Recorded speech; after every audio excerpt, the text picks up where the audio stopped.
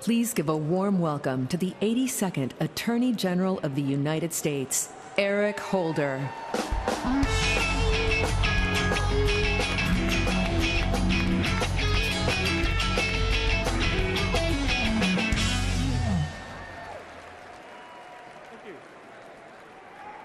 Thank you.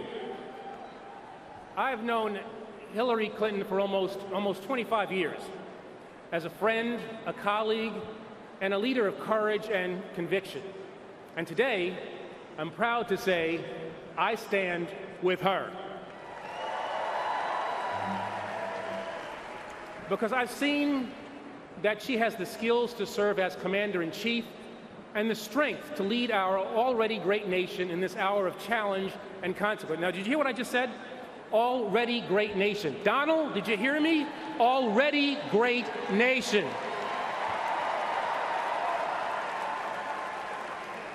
At a time when the bonds between law enforcement and communities of color have frayed, when assassins target police in heinous attacks, and peaceful citizens have to question whether Black lives truly matter, and they do,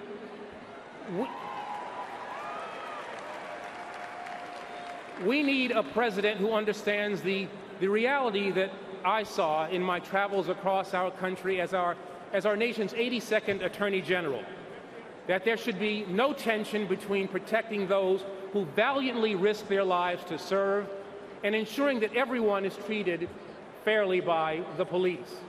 Now, as the brother of a retired police officer, I am profoundly aware that an attack on a police officer anywhere is an attack on our entire society. So, it is not enough for us to praise law enforcement officers after they are killed. We must protect them, value them, and equip them with the right tools, tactics, and training while they are still alive.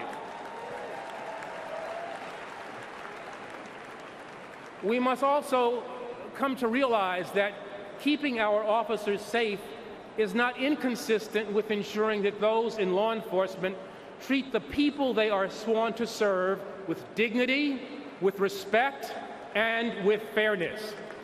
We must commit ourselves to both goals.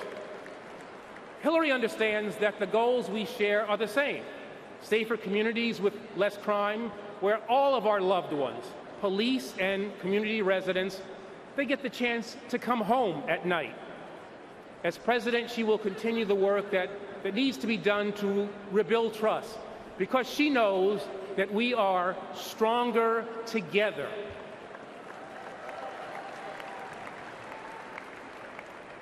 But let us be honest.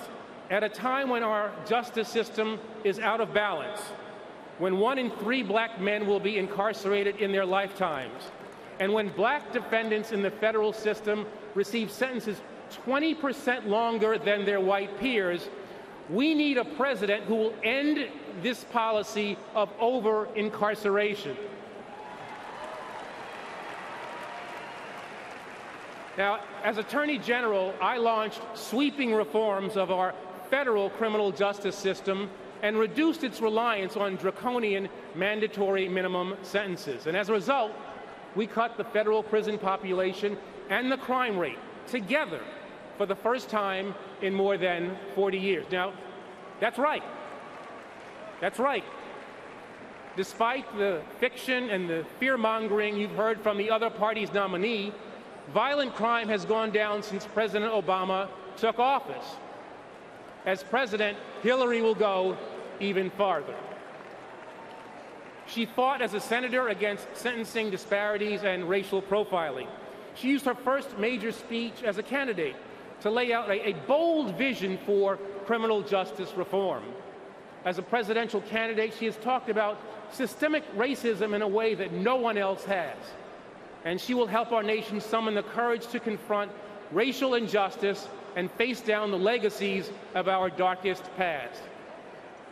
Now, finally, at a time when the right to vote is under siege, when Republicans brazenly assault the most fundamental right of our democracy, passing laws designed to stop people from voting while closing locations in minority neighborhoods where people get the documents that they need to vote. We need a president sensitive to these echoes of Jim Crow. We need a president who holds the right to vote as sacred and stands firm against any kind of modern-day poll tax. My fellow Americans, Hillary Clinton will be that president. She will set a new standard for early voting. She will champion universal automatic registration. You turn 18, you're registered to vote. Because she knows, and everybody in this arena has to know this, the best way to defend the right to vote is by exercising it.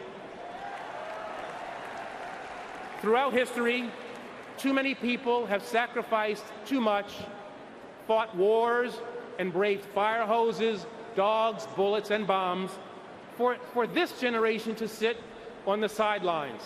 Never forget that we are heirs to a revolution that began just 5 miles from where we gather this week, and that the choice we face in this pivotal election is about much more than politics.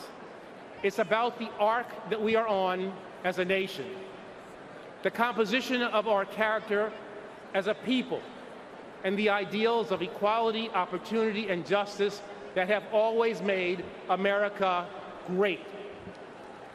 These are the ideals for which Hillary Clinton has fought her entire life.